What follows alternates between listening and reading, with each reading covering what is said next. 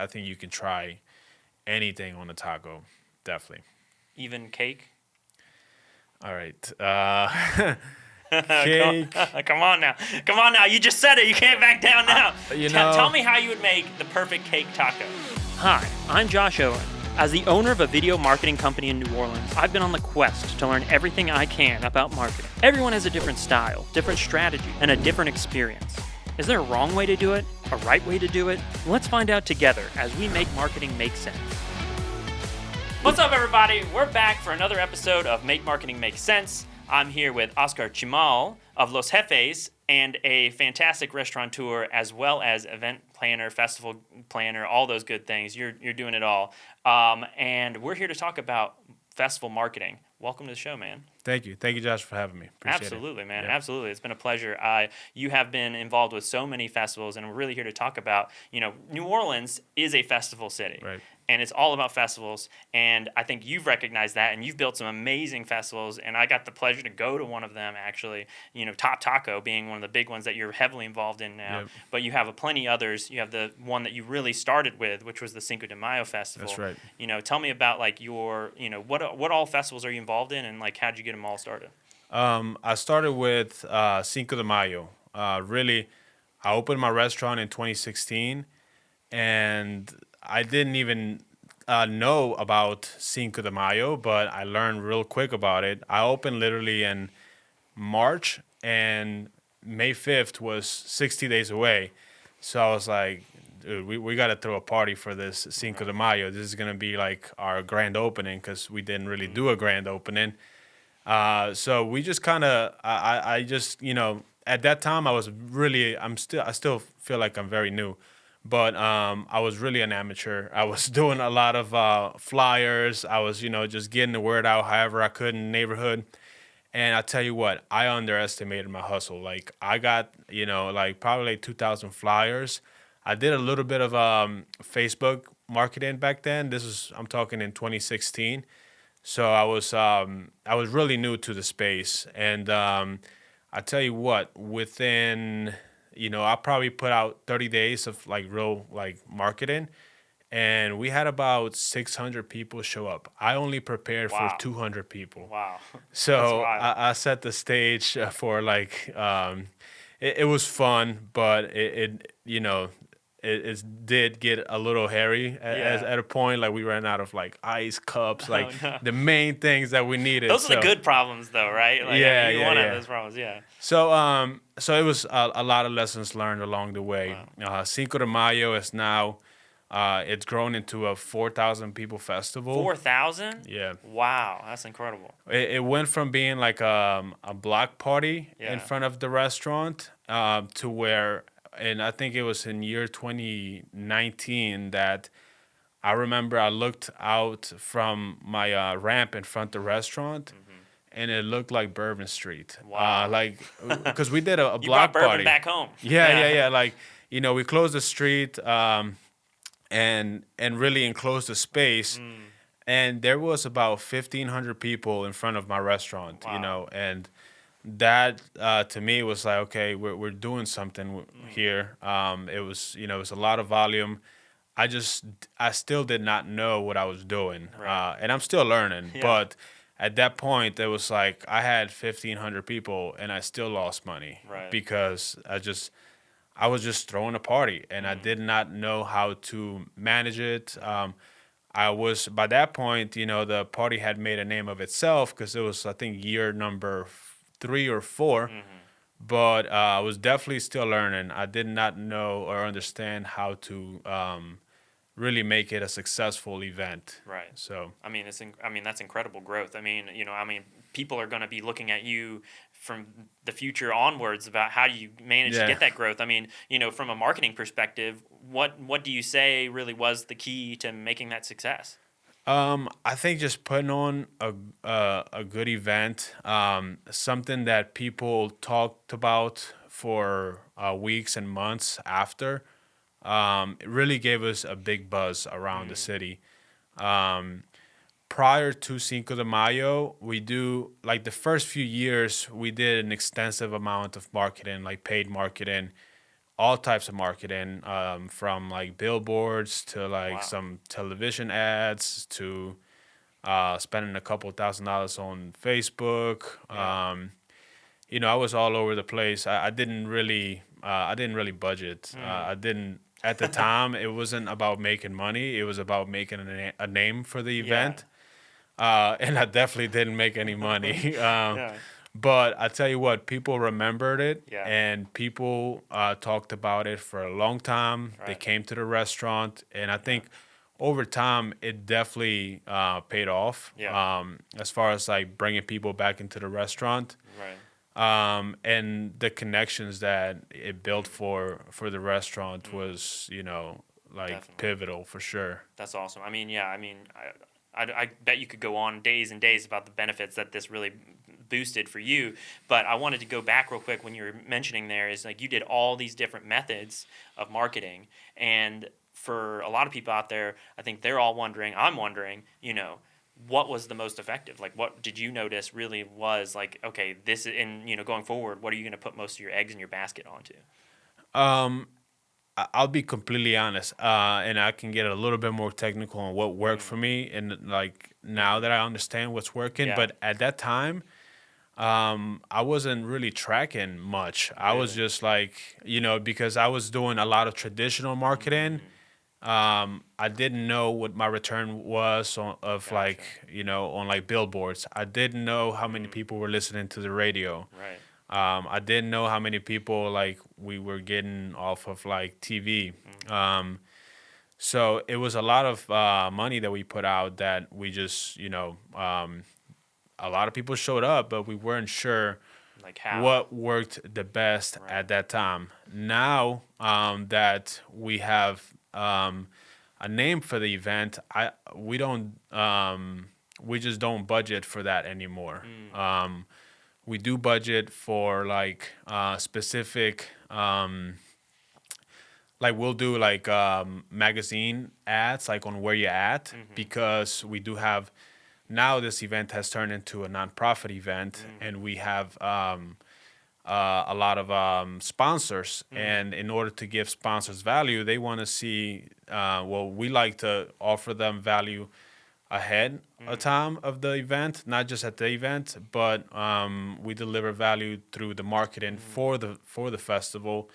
And a lot of times that comes with like buying like full page ads Right. on traditional, because that's what works for our sponsors. But really, what has shifted in the last 2 years has been the Instagram foodies. Getting those people involved. They have their specific audience that they bring in, and they engage like you wouldn't believe it. Wow. And the best part about it is that they just want to be invited. Yeah. They want to, they want to review. They have their own platform to grow. Right. So it becomes a win-win situation when, we give them a platform, we give them an event, we make them VIPs, we make their guests VIPs, and we do like, enter to win and that kind of stuff. That Yeah. really it Nice. works out really good. Yeah, that's awesome. So what you're saying is the biggest draw for you and the biggest marketing is bringing in people that have audiences, have their own communities on social media, and bringing them in. All expenses paid. Just come on in, have a good Yep. time, and boom, the rest is That's right. there in the writing. Yeah, I found that like, I mean, I've always known this. Built my business from relationships, but really doing always going above and beyond, and just doing a little bit more for everybody than what people actually give of value to us. Has always worked, because that person is going to refer you to their friend, or they're going to tell you like, hey, we just reviewed Los Jefes, and we got so much engagement, or they treated us like VIPs, and just making them feel like appreciated, making them feel welcome, making them feel like they're part of the event Right. is what really gets them to be real like advocates and promoters Right. of the events. Yeah. So I feel like that has worked the best, Yeah. and that it's trackable. Like a lot of these foodies, we give them like promo codes, and they get they give a discount to their audience. Oh, wow. And a lot of the times, sometimes we pay them per ticket. So it's Wow. always you Yeah. always got to set up like win-win situations, Yeah. where in any kind of endeavor that we do with That's when it awesome. comes to marketing. Yeah, because like that's the beauty of these digital platforms is that you're able to do things like such unique and such specific tracking, so you can Yeah. know what's working, and who's working the best. But compared to like traditional media, was there ever a way you could track any of the traditional styles? One thing that we used to do, we had comment cards, and we encouraged our servers to get their guests to fill out their comment cards, and on that comment card, first question is like, how did you hear about us? So most of the time it was social media. Wow, that's incredible. Sometimes it was like, oh, we seen you on the radio or Yeah. on a billboard or something like that. But I mean, I would say 40% was social media, Wow. 40% was a friend or referral, Wow. and then the rest was kind of like our traditional Wow. marketing. I mean, is it safe to say that it's time to pull out of traditional marketing and, We and go did. right into social media? Actually, look, I'll be honest with you. We we still do radio. Like Okay. Okay. you'll hear our radio ads, but it has to work for us. Gotcha. Like meaning like a lot of times we do trades. Like Gotcha. we pay with gift cards. Yeah. All these radio stations, or like media companies, they need somewhere to host a party at. They need Right. gift cards to give away. So at Food Cost, we will do marketing. Wow. And that's what I'm doing. Yeah, That's what I do wild. now. Yeah, That's wild. I've been I doing mean, it it's for basically like you're just creating like a similar relationship with someone else. Like it's that Right. same relationship-based marketing that you're doing, which is amazing. And look, you don't know until you ask. Like Yeah. a lot of times, like they're gonna come in and try and sell you whatever they have, and you just gotta offer what you have to offer, Right. And like, yes, I love to do it, but look, like for our return of our investment, like at this, like it just works out. What has worked for us the best has been like whether that's Google SEO or Facebook or Instagram. We're willing to work with you guys, but we can only pay with gift cards if you guys have like a party or something you guys would like to host, or can we offer your office catering? Yeah. And I would say most of the times it has worked. Wow. Yeah. That's wild. And we like to do it because like everybody that eats our food, like you can't deny it. They're gonna come back. Yeah. So like it always works. That's yeah. wild. That's amazing. Yeah. I mean, fantastic. I mean, I can't say better things for the marketing world out there than to say, hey, you're the proof in the pudding right here, you know? So that's awesome to hear. So fantastic. Well, I think that's a great place to leave it off of and, talking to our next segment. Since you are fantastically involved with so many taco events, I wanted to ask you, is it tacoable? So I'm going to give you a food item type thing, and then I just want you to know, I want you to tell me is like, can it be put into a taco and eaten? Okay. Sounds fun. Okay. All right. So, I mean, I'll start with the easy one. Barbecue. Is barbecue acceptable on a taco from your experience? Definitely. Definitely. I mean, we just had a Top Taco festival, and the VIP section of the festival was all barbecue joints. Yeah. Wow.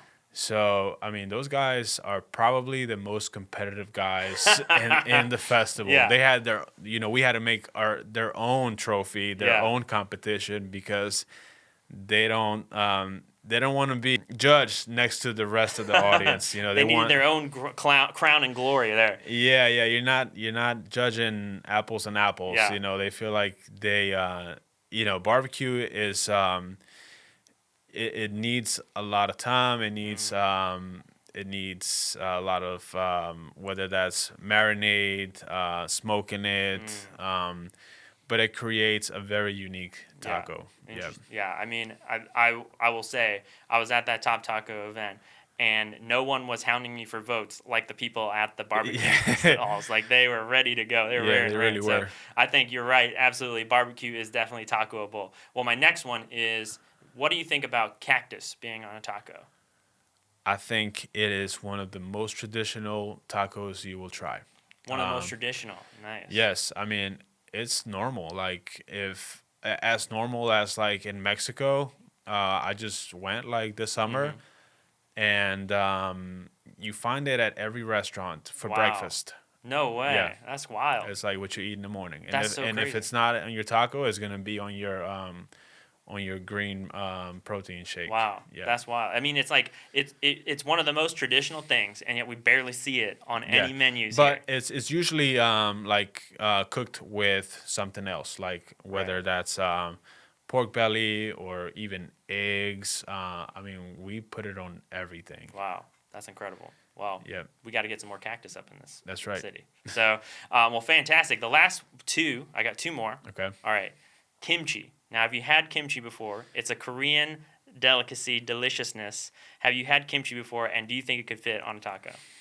All right, this one I'm not familiar with, so I'm Okay, not. so kimchi is a South Korean dish, so it's a little bit of home from my Okay. home, and so it is basically like a fermented cabbage Okay. that is like got a little bit of kick to it, and so it's like this aromatic flavor punches you right in the mouth, like without even knowing about it. Would you put kimchi on a taco? Yeah, I mean, look, I will try anything. Like, there's nothing that scares me. Wow. Like, it doesn't matter. I'll eat it. Wow. They just had a new joint open down the street from me. It's called Bachi. Oh, Phenomenal restaurant. yeah. I mean, hats off to those guys. Wow. They have bacos. Yeah. Very unique. And they do a great job. Wow. I mean, that's why I'm saying, like, I think you can try anything on a taco. Definitely. Even cake. All right. Come, Cake. come on now. Come on now. You just said it. You can't back down now. Tell me how you would make the perfect cake taco. We're talking dessert level taco here. Okay. So they have this, you would fry a flour tortilla Okay. in like the shape of a taco. Okay. You put cinnamon powder with sugar, honey, and then you do fried ice cream in between. Wow. And then you put the glazed chocolate on top. Gotcha. So it dries up. Yeah. It creates a delicious Nice. taco. I don't serve it, but I've tried it. Okay. And that's the only way I've tried a dessert taco. Wow. And I was impressed. Wow. Yep. Is that you thinking about maybe it might be sliding into the menu items anytime soon? No, man. Ah. No. I mean, like, because I'm thinking if you have that, I'm thinking like sprinkle some little bit of bits of cake on like cake crumbles on Yeah, top, yeah. for that little bit of like that extra texture, that Yeah. extra bite. But I think I'll eat that. I'll eat that taco any day. Well, at one point we'll make one at some point. Okay. That'll be I'm a good with that. future taco.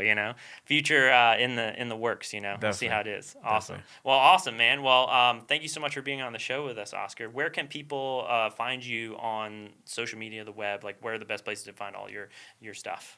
At Los Efes Grill and at OG Chimal. That's my personal page. And at Los Efes Grill. Also the festivals at Top Taco Nola, at Food Fight, and at Cinco de Mayo. Simple as that. We got the simple names, so you Simple can find names us. Yep. with big ideas. So that's right. awesome, man. That's well, right. fantastic. Well, thank you so much for being on the show. And this has been another episode of Make Marketing Make Sense. We'll see you on the next one. This has been Make Marketing Make Sense, brought to you by Comfystone. If you need video content for social media, your website, or email marketing, hit up Comfystone at comfystone.com and follow Comfystone on Instagram and TikTok. Thanks for watching, and we'll see you on the next one.